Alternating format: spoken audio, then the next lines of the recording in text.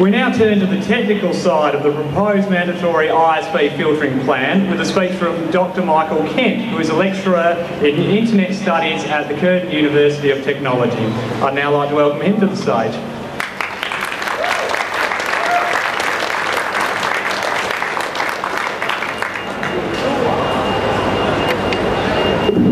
They're only small bits of paper. I won't be long. Thank you, everyone. Thank you, Andrew, and thank you, everyone, for coming along today and standing in the sun and listening to us all talk. This is a very important issue, and it's really heartening to see so many people here. Rather than focus on the question of why we need to filter, I'd like to focus on what it will do when it's implemented. But first, I'd just like to briefly go through some of the problems with the proposed filter, as I'm our technical speaker. I won't be very technical, however. The problems with the proposed filter start with the fact that it just, as tested so far, it's not going to filter many websites. The trials were based on a predefined set of URLs. See, I'm getting technical already, sorry.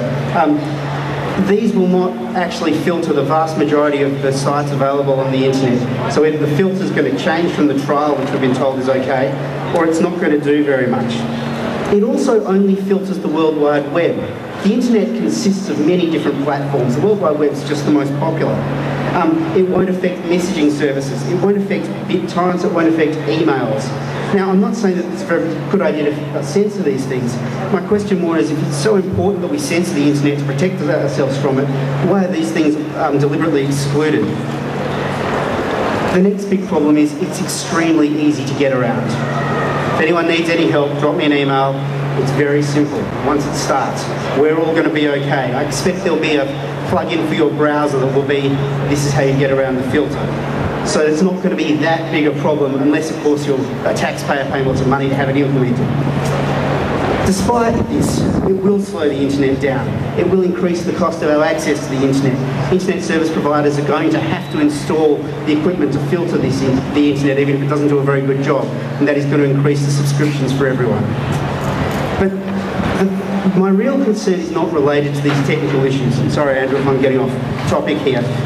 What I want to focus is more on what the problem is that we're trying to solve by instigating this internet filter. You'll still have objectionable material on the World Wide Web that you don't want children to see. You can already buy a filter for it, or in fact I think you can get one for free pretty easily. The filter deliberately won't stop legal material that is nonetheless still offensive. Illegal material on the World Wide Web is already illegal. It's against the law to look at child pornography. It's against the law to look at sites that have been denied classification in Western Australia. So the law is already in place.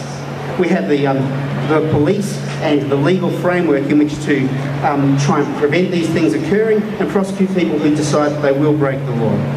So what is the problem that this filter is a solution for? The next question, I suppose, is what does it do? Firstly, it works to block a secret list of sites from everyone. It's a universal filter that's compulsory. We all will be subject to it. It's not the proposed list has already been leaked. One of the other speakers already discussed WikiLeaks briefly. It's not just about child pornography, which is what is always brought up as the issue that we need to be addressing. On this list of sites that were banned were sites dealing with the safe use of drugs, euthanasia and abortion. These are all legitimate topics of public debate.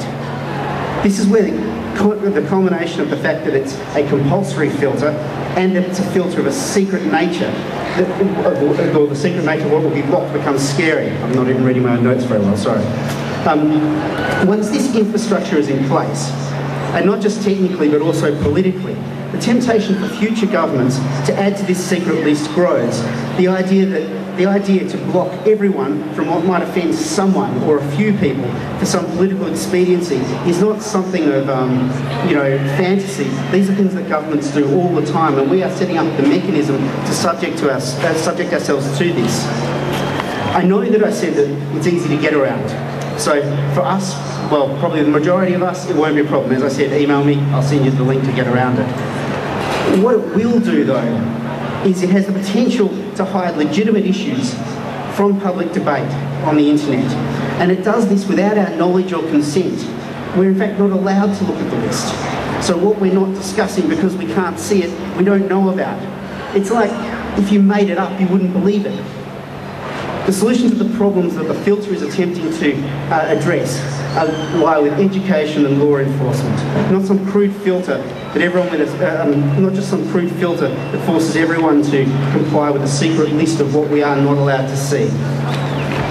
And I have one last point, and I'm almost reticent to bring it up since you've all come out and stood in the sun and listened to so many people. I think we're losing this argument. I think that at the moment it looks to me like the filter is going to get up. And I think that rallies like this are very encouraging. We need more activism on this issue. I don't think we have lost, but I think we're losing. We need to find better ways of warning against this secret filter on what we see and read on the World Wide Web. We need to be able to get this message across to a wider audience. I do, however, think we can make a difference, and I do thank you all for coming to listen to people speak. This is a really important issue, but it's a bit of a sleeper.